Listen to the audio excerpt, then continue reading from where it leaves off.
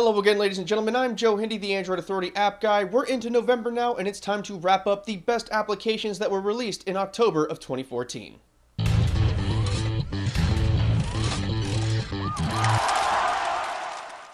First up is Camera 51. This unique camera application is for those out there who may not be the best photographers. It uses a built-in algorithm that helps people take pictures better by suggesting where they should hold the camera when they hit the shutter button. It does use quite a bit of CPU because it is making a lot of computations, and it's not recommended if you have an older or lower end device. It is free with no in-app purchases, and that's always good news too.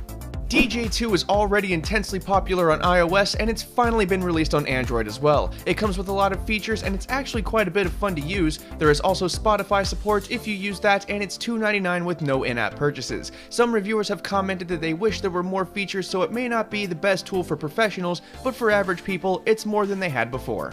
Square Enix has been borderline ferocious when it comes to re-releasing their old library on Android. One such example is Dragon Quest II, which was released earlier this month. It's a JRPG originally released by Enix back before they merged with Squaresoft. It has charming retro graphics and one of the more reasonable price tags for a Square Enix title on Android. If you're a fan of old school JRPGs, then you'll definitely want to check this one out, and possibly even their other Dragon Quest re-releases.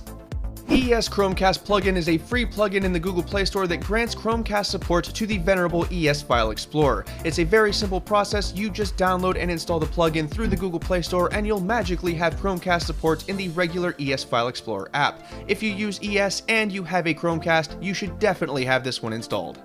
It's true that Inbox by Gmail is still invite only, but invites seem to be getting handed out at an ever-increasing rate, so it won't be long before everyone who wants one has one. Google's latest take on email is definitely unique and so far has had polarizing reviews. Some think it's too cluttered and busy, while others love the redesign and functionality. It's too soon to tell if it's going to be awesome or a bust, but for right now, it's pretty awesome. Journey in Notes is one of two applications released by Microsoft this last month. This one is a social media application that's kind of like Foursquare but focuses on the journey instead of the destination. Like if you were going from the store to the post office, you could check in that you're making that trip with your preferred mode of transportation. Then other people who take that same trip can see any tips or comments that you've made. It's not all that much yet, but it looks like it could be a lot of fun someday, and it's free, so it doesn't hurt to check it out. Material Wallpapers is a simple little application that gives you material design inspired wallpapers and a few official wallpapers from Lollipop and the Nexus 6. It's free with no in-app purchases, so the lack of content shouldn't make anyone too mad. There isn't much else to say about it. If you're looking for some material inspired wallpapers, then give this one a download. The other Microsoft application released this month is Next Lock Screen. It appears over the stock Android lock screen, and it's kind of like Microsoft's take on the Dash Clock widget. It's fairly functional, but there are a few things missing here and there that will probably be fixed and improved in future updates. It is free with no in-app purchases, so it doesn't cost you anything to check it out. Don't forget that Microsoft also did an Android Wear app this month called Torque, and that was also pretty fun.